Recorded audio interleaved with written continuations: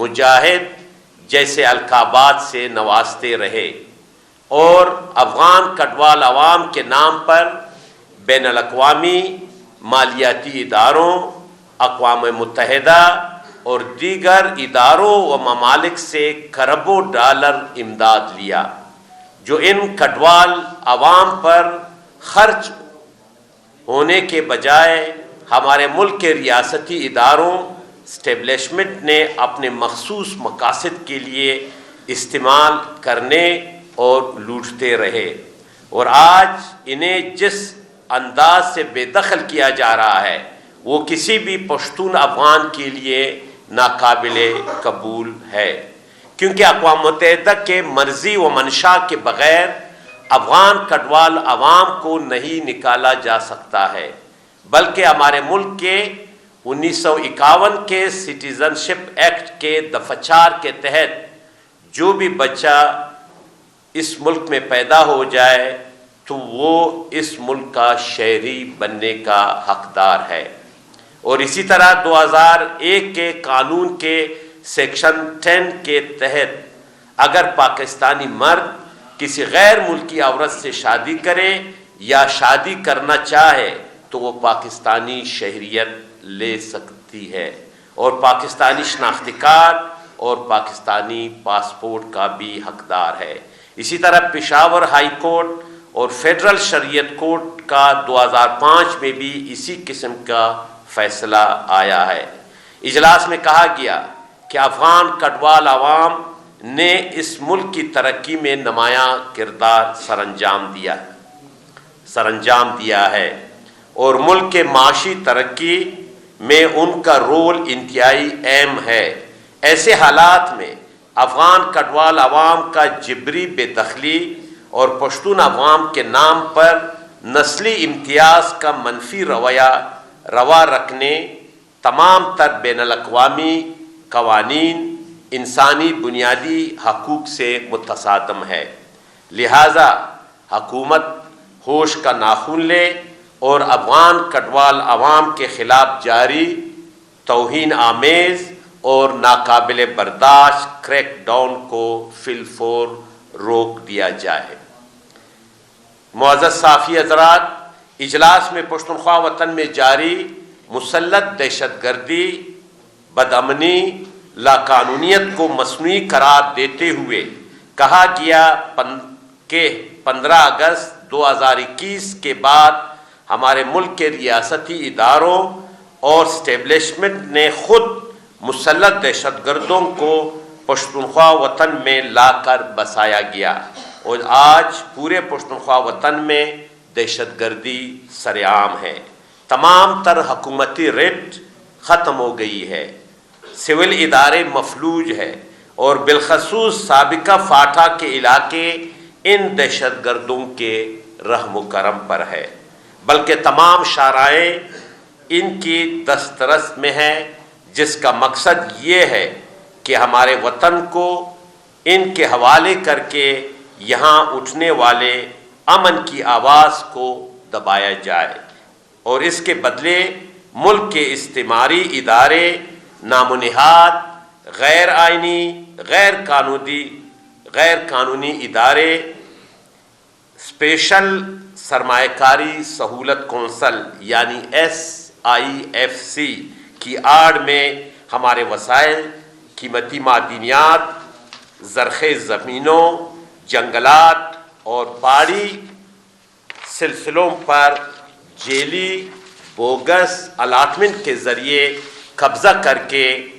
ان کا لوٹ کسوٹ جاری رکھے۔ ایک اضافی سی بات میں بتاتا چلوں کہ کل اور آج اسلام آباد میں ایک بین الاقوامی وہاں بہت بڑی کانفرنس ہو رہی ہے، جس میں ہمارے 90% ہمارے مائنز کی وہاں نیلامی جاری ہے۔ آج بھی وہ کانفرنس اسلام آباد میں ہے، شاید ہمارے کچھ لوگ یہاں سے گئے۔ اجلاس میں کہا گیا کہ ان حالات کے پیش نظر جب خیبر میں پشتون قومی جرگہ منعقد ہوا تو ان کے منتظمین بالخصوص ملک نصیر خان کوکی خیل، جو ایک بہت بڑی قبائلی اور عوامی شخصیت تھے، ان کے والد ملک ولی خان کوکی خیل سمد لالا، حقیار پشتون، مجبور پشتون اور دیگر رہنماؤں کو جیلی اور بوگس مقدمات میں پابند سلاسل رکھا گیا ہے، جبکہ پی ٹی ایم کے رہنما علی وزیر کو مسلسل جھوٹے مقدمات کے ذریعے پابند سلاسل رکھ کر ان تمام سیاسی قیدیوں پر بدترین ذہنی ٹارچر کی جا رہی ہے۔ اجلاس میں مطالبہ کیا گیا کہ علی وزیر سمیت تمام اسیران کو فی الفور رہا کیا جائے اور پی ٹی ایم کے خلاف جاری کریک ڈاؤن اور پی ٹی ایم پر غیر آئینی اور غیر قانونی پابندی کو ختم کیا جائے اور پختونخوا وطن سمیت تمام ملک میں شیڈول 4 میں رکھے گئے سیاسی رہنماؤں اور کارکنوں کے ناموں کو اس نامنیاد غیر آئینی غیر انسانی قوانین سے نکالا جائے، جبکہ پختونخوا وطن اور بلوچ وطن سمیت تمام ملک میں مسنگ پرسنز کو فوری طور پر رہا کیا جائے۔ اگر کسی کے خلاف الزامات ہو تو انہیں عدالتوں کے سامنے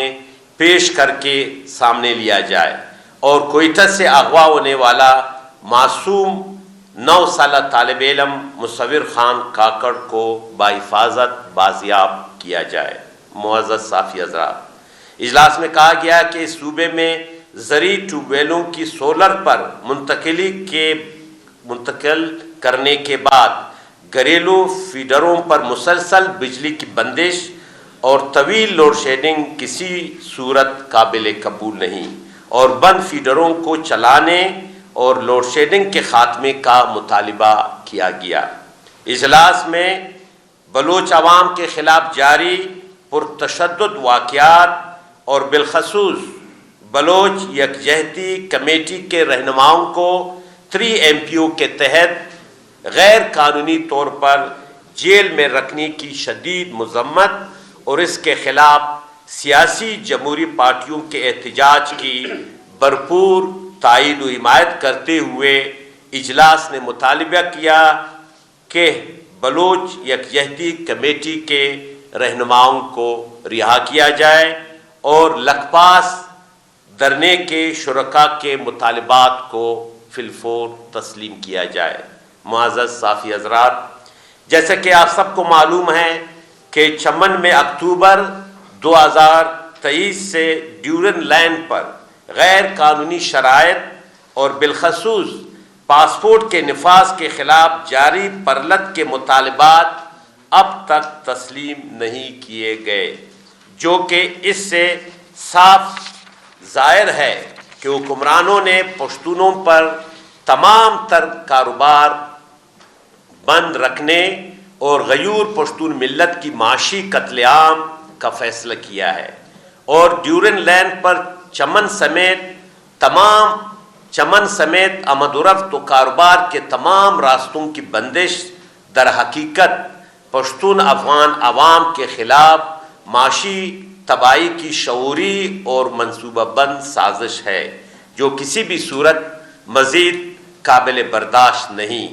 اسی طرح دکی اور انائی کے کول مائنز کے ایریاز میں گزشتہ کئی سالوں سے امن و امان کی صورتحال انتہائی دگرگوں ہے اور ہرنائی میں گزشتہ 8 ماہ سے ہر قسم کا کاروبار بند ہے، جبکہ ارنائی تا سنجاوی تورخان روڈ ٹریفک کے لیے مکمل طور پر بند کیا گیا ہے اور اسی طرح کوئٹہ ہرنائی روڈ ناقابل آمد و رفت ہے، امن و امان کے حوالے سے بھی متاثر ہے۔ معزز صافی حضرات، ملک کے مقتدر قوتوں اور ان کے اداروں نے پورے ملک اور تمام صوبوں میں وفاقی اور صوبائی حکومتوں کی سول اتھارٹی کو ختم کر کے غیر آئینی اور غیر قانونی اقدامات اٹھا رہی ہے۔ لیویز جو ایک عوامی فورس ہے اور لیویز کے پاس صوبے کا کم و بیش 92% رقبہ ہے، بدامنی کا ریشو پولیس کے 8% علاقے سے انتہائی کم ہے، حالانکہ پولیس کا بجٹ لیویز کے مقابلے میں 100% زیادہ ہے۔ لیویز فورس کو پولیس میں ضم کرنا دراصل صوبے کو اپنے سویلین فورس سے محروم کر کے پولیس اسٹیٹ بنانا ہے۔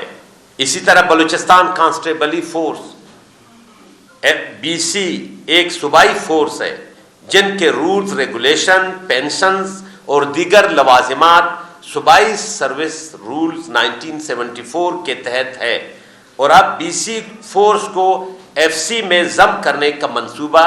دراصل 18ویں ترمیم اور صوبائی خود مختاری کی کلی خلاف ورزی ہے، کیونکہ ایف سی وفاقی وزارت داخلہ کے تحت کام کرتی ہے اور ایف سی کو صوبائی حکومت مختلف مواقع پر ریکوزٹ کرتی ہے، لہذا بی سی فورس کو ایف سی میں ضم کرنا ہمارے عوام کے لیے ناقابل قبول اور صوبے کے اپنے سول فورسز کو ختم کرنا منظور نہیں۔ معزز صحافی حضرات، پختونخوا وطن کے عوام ملک کے تمام صوبوں، ان کے علاقوں اور طول و عرض میں محنت مزدوری، کاروبار اور تعلیم حاصل کرنے کے دوران جن مشکلات کا سامنا کر